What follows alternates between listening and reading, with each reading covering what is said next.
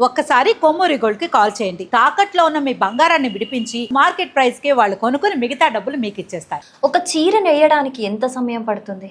3 రోజులు, 4 రోజులు, కొన్నిసార్లు వారం కూడా పడుతుంది. కానీ తెలంగాణలోని సిరిసిల్లకు చెందిన ఓ నేతన్న అందరూ అసాధ్యం అనుకున్న పనిని సాధ్యం చేసి చూపించాడు.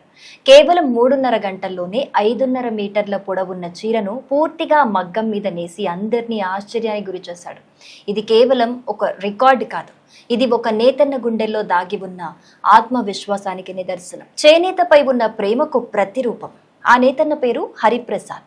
చేనేత కార్మికుల జీవితాన్ని దగ్గరగా చూసిన వాళ్లకు మాత్రమే తెలుసు ఒక చీర వెనుక ఎంత శ్రమ దాగుంటుందో, ఎన్ని గంటల ఓపిక ఉంటుందో, ఎన్ని వేల సార్లు చేతులు కదలాలో, ఎంత ఏకాగ్రత అవసరమో. మగ్గం శబ్దం వినిపించేది కేవలం యంత్రం కాదు, ఒక కుటుంబం ఆశలు, ఒక కళాకారుడి శ్వాస, ఒక సంప్రదాయం కథ. అలాంటి కళను హరిప్రసాద్ మరో మెట్టెక్కించారు.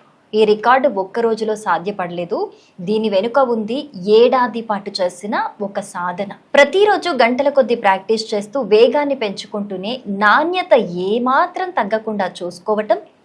రికార్డు కోసం పరుగులు పెట్టలేదు, చేనేత గౌరవం కోసం తనను తాను తీర్చిదిద్దుకున్నారు ఆ చేనేత కార్మికుడు. చివరికి 3.5 గంటల పాటు ఒక్క క్షణం కూడా విశ్రాంతి తీసుకోకుండా, ఏకాగ్రతను ఏమాత్రం కోల్పోకుండా చీరను విజయవంతంగా పూర్తి చేశారు. ఆ చీరను చూసిన ప్రతి ఒక్కరూ కూడా ఆశ్చర్యపోతున్నారు. అయితే అందరినీ మరింత ఆశ్చర్యానికి గురి చేసింది ఒక విషయం. అంత కష్టపడి నేసిన ఆ చీరను ఒక చిన్న అగ్గిపెట్టెలో మడత పెట్టి ఉంచటం నిజమా అనిపిస్తుంది కదా? నిజమే. చూడ్డానికి సాధారణ చీరలా కనిపించినా కూడా దానిలో దాగి ఉన్న నైపుణ్యం మాత్రం అసాధారణమని చెప్పుకోవాలి. అది చూసిన కార్మికులు పెద్ద ఎత్తున అక్కడికి చేరుకొని హరిప్రసాద్ను అభినందించారు. ఆ క్షణం ఒక్క వ్యక్తి విజయం మాత్రమే కాదు, సిరిసిల్ల చేనేత గెలిచిన క్షణం అది.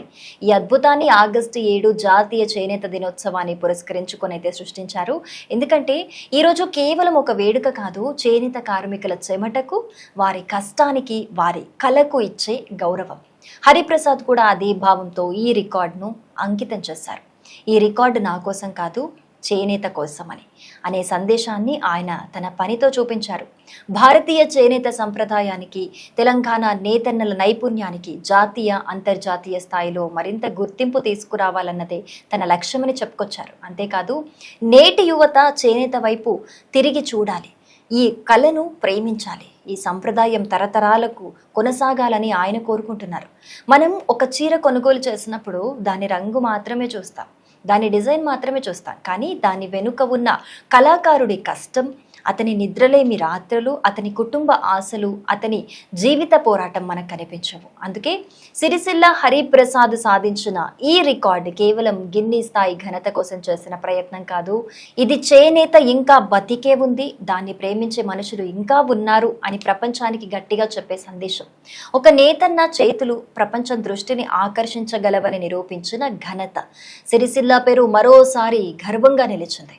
మనము మన చేనేతను గౌరవిద్దాం, మన నేతనలను ప్రోత్సహిద్దాం. ఎందుకంటే వాళ్ళు నేసేది కేవలం చీరలు కాదు, మన సంస్కృతిని, మన సాంప్రదాయాన్ని, మన గర్వాన్ని.